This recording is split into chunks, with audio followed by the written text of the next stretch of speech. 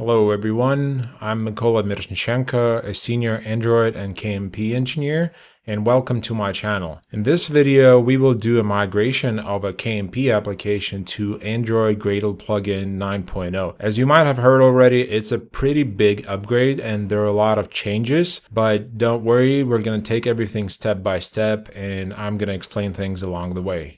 At first, we're going to migrate a really simple task application, and then we'll use that as a basis to migrate a more complex application with Koin.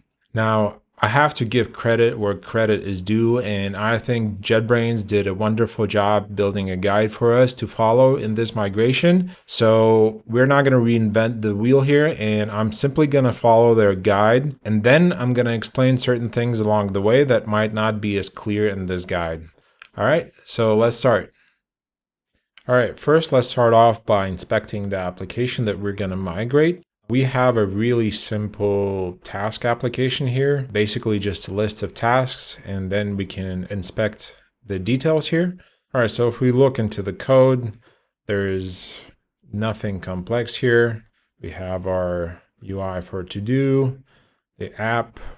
We do have a few expect and actuals. We even have a simple app module with Koin, but that doesn't really matter. This migration is going to be simple. And yeah, we have a static task repository. So now let's go to the documentation. Okay, so this is the official documentation from JetBrains on how to migrate everything to the new Android Gradle plugin, and we are going to follow everything step by step. I will leave a link to this in the description, as well as the link to the repositories that we're going to work with. Okay, so let's start. Create Android app directory at the root of our project, and then create an empty build Gradle KTS file and source directory. So let's do that. So first we need to create an empty Android app directory. This is simple. Okay, we did this. Now we need to create a build Gradle KTS inside. Okay, done. And finally, we need to create a directory called source. Awesome, we have all of this. Now let's see what's next. Okay, now we need to include this newly created module in our settings Gradle KTS file. So let's copy over this include statement and go to our settings Gradle KTS, which is at the root of our project. And below our Compose app, we're simply going to add this code. Okay, so this has included it, and then they ask us to sync all of this. So let's do that. All right, it has synced, and so far so good. Let's go over to the next point. Now we need to configure the build script for our Android app. So in this part, we're basically making our newly created Android app directory actually an entry point for our Android application. Okay, so the first thing that we need to do is apply the Kotlin Android plugin to our libs versions. We can go to the plugins and at the bottom add the Kotlin Android plugin. Now we need to copy over all of these plugins that we have here that we would use in an Android application and copy them over to our build Gradle KTS. And we have it right here. So let's just paste them. Okay, awesome. Now they want us to make sure that all of these plugins are mentioned in the root of our build Gradle KTS file. And actually the only one that's not mentioned there is this newly added Kotlin Android. So let's add it there and go to our root build Gradle KTS. And at the bottom, we'll add our newly added Kotlin Android plugin. Okay, let's go and see what's next. Next, we need to copy over all of our dependencies that we have in our Android main and the Compose application into the Android application. So let's do that. Let's go to our Compose app, build Gradle KTS, and the only Android dependency we have here is basically our implementation of the activity Compose, which they are adding here as well. So we might as well just copy what they have here. And now let's go to our Android app, build Gradle KTS, and below we'll add these dependencies. Now, what this line does is it adds a dependency on our Compose app, which is important because we still want to reference this shared code on the Compose app. And here we'll keep only the Android entry point. Okay, let's see what we have to do next. Copy the entire Android block with Android-specific configuration from Compose app build Gradle KTS file to androidApp build Gradle KTS file. Okay, let's do that. And we will go to our Compose app and copy over the Android block and paste it in our Android app build Gradle KTS just below the Kotlin block. Don't worry that nothing is resolving right now. That's the way it's supposed to be. So don't be afraid if everything is red, and this will all be fixed soon. Okay, let's go to the next step. Copy the compiler options from the Android target Compose app to the target block of Android app. Okay, let's go over to our Compose app. Actually, let's just do it here. The only thing that we have here is our compiler options. So we'll simply put them in the target block and outside our Kotlin block and paste them here. Now let's go over to the next point. Change the configuration of the Compose app module from an Android application to an Android library, since that's what it effectively becomes. So we need to swap our Android application plugin for the Android library one. Let's do that. Compose app, build Gradle KTS. We have this Android application plugin, and this is no longer an Android application, but an Android library. Awesome. Now let's see what's next. Remove the application property lines from the default config block. So since this is no longer an Android application, it can't have all of this stuff that an Android application has. So all we are leaving here is basically this minimum SDK. Let's just copy this over, and that's the only thing that we're going to leave in our default config block.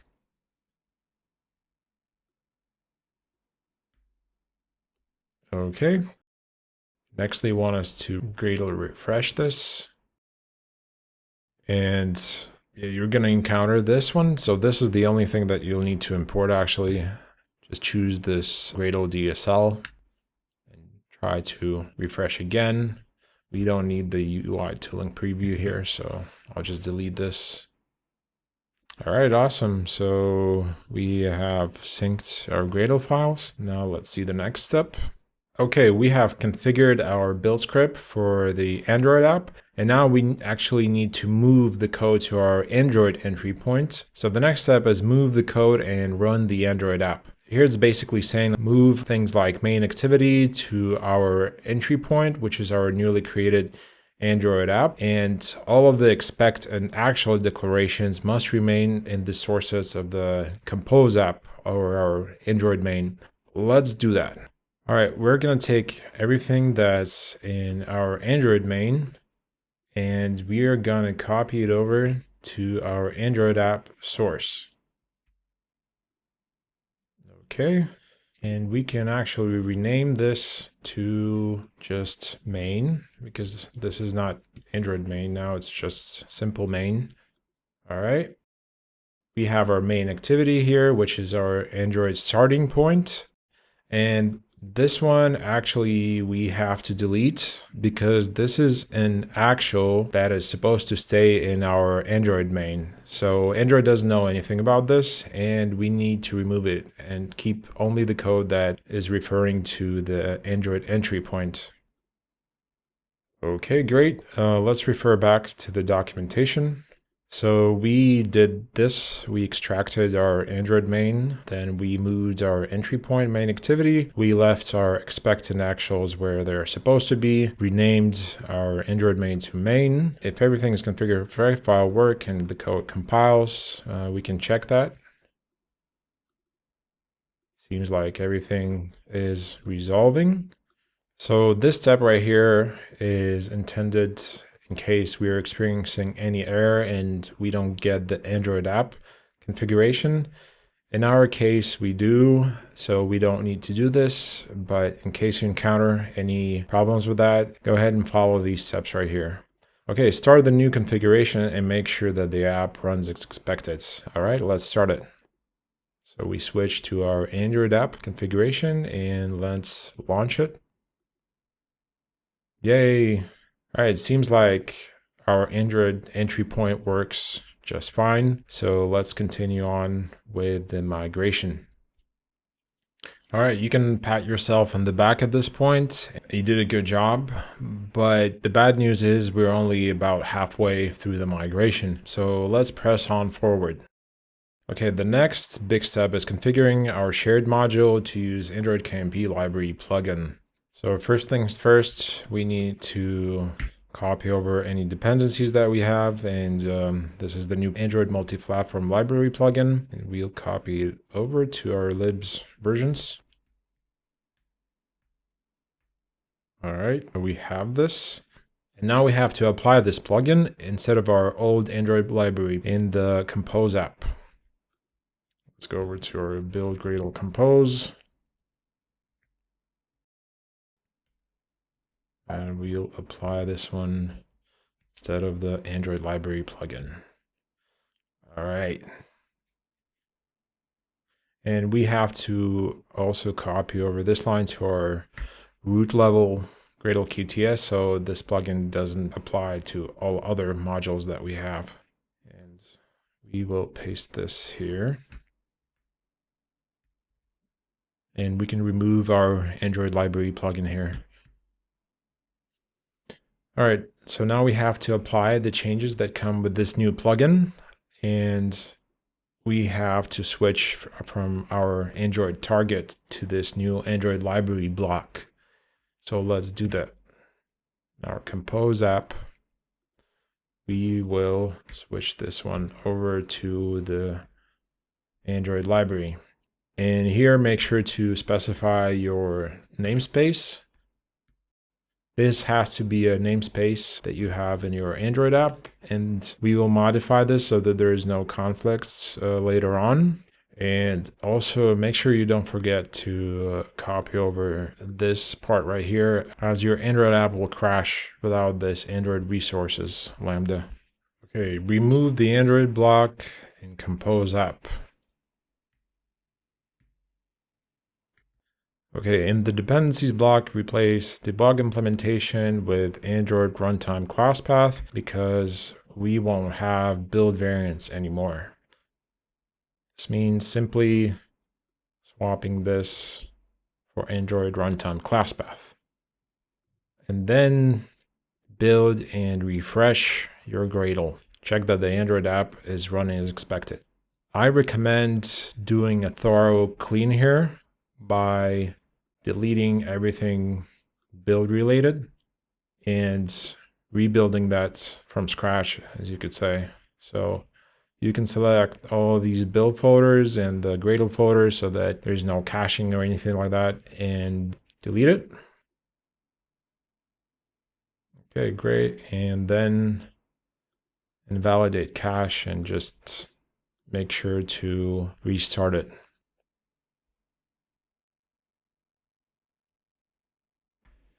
Okay, so after your project has restarted and everything is clean, make sure to run your Android app to make sure you didn't break anything.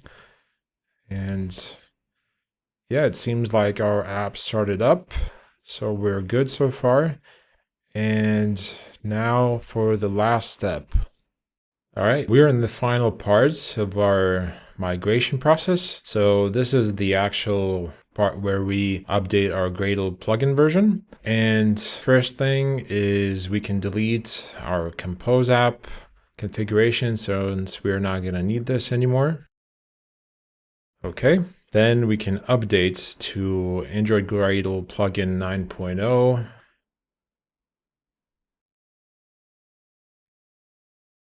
Awesome. And now we have to update our wrapper. So we will go to our Gradle wrapper. Gradle wrapper properties. And here we will update it with a newer version. Okay, awesome. And since Kotlin is going to be supported out of the box in Android Gradle Plugin 9.0, we can delete this Kotlin Android plugin from our AndroidApp Gradle file. All right, awesome. And this is the thing I was talking about. We need to have a different namespace for our newly created Android library, which is our Compose app. We will go here.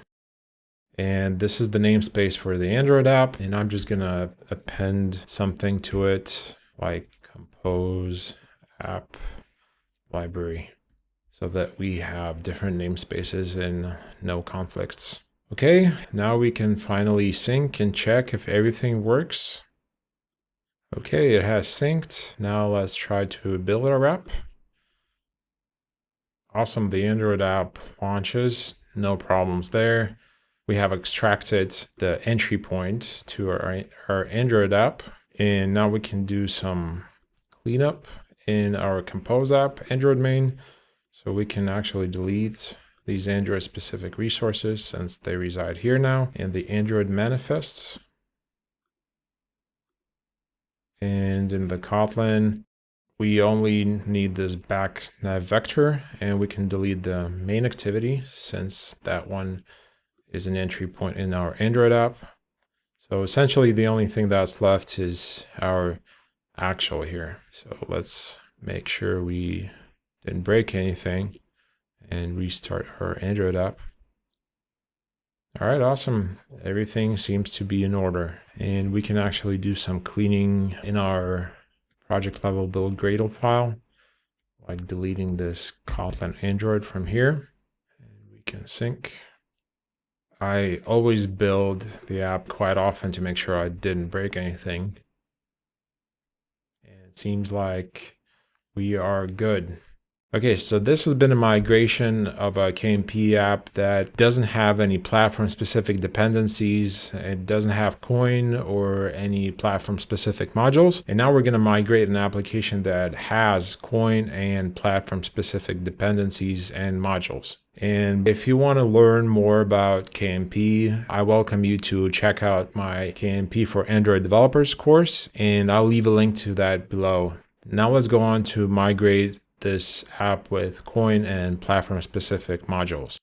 Okay, so this is the other app that we're going to migrate, and this app is a little more complex than our previous one in the sense that this uses certain platform-specific dependencies. It has room database for Android and iOS, and as well it has DataStore. And all of those dependencies are injected with Koin. So this app is slightly more complicated than the previous one, and the only difference is going to be in moving the codes to the Android app directory, and we're going to move the main activity, our manifest, and our Android specific resources to Android app, and everything else will stay the same. Let's go over to our code. So we have our newly created Android app directory here with the source. We're simply going to take our Android main like in the previous app, and we're going to copy it over here. Okay. Great. Rename it to main. Okay, awesome. Now, if you look into our dependency injection code with Koin, we have this platform module. It's probably best to see it here. We have our platform module, which provides our Android app module with Android DataStore and Android's room database. And we also have our Android network module with the HTTP client with the Okhttp engine. Now the thing is our platform module that we are using, by the way, in our Koin application at the very start of our root app composable, we are injecting this platform specific module, one from iOS and another one from Android. and we have this expect. So this cannot move to our Android app because this is an expect and actual declaration. And therefore, because this is the code that binds together all of our modules, we can't move it to our Android app as well. So these modules will have to stay in our Compose app also. So all of our DI stuff, the database, which creates our Android data store, our Android creation of the room database, all of that will stay in our Android main and Compose app because all of this is referenced inside our Koin modules, which must stay in our Android main here as well. So essentially the only thing that we're gonna carry over to our Android app is a main activity, resources, and Android manifest. And that means we can simply delete all of this stuff here.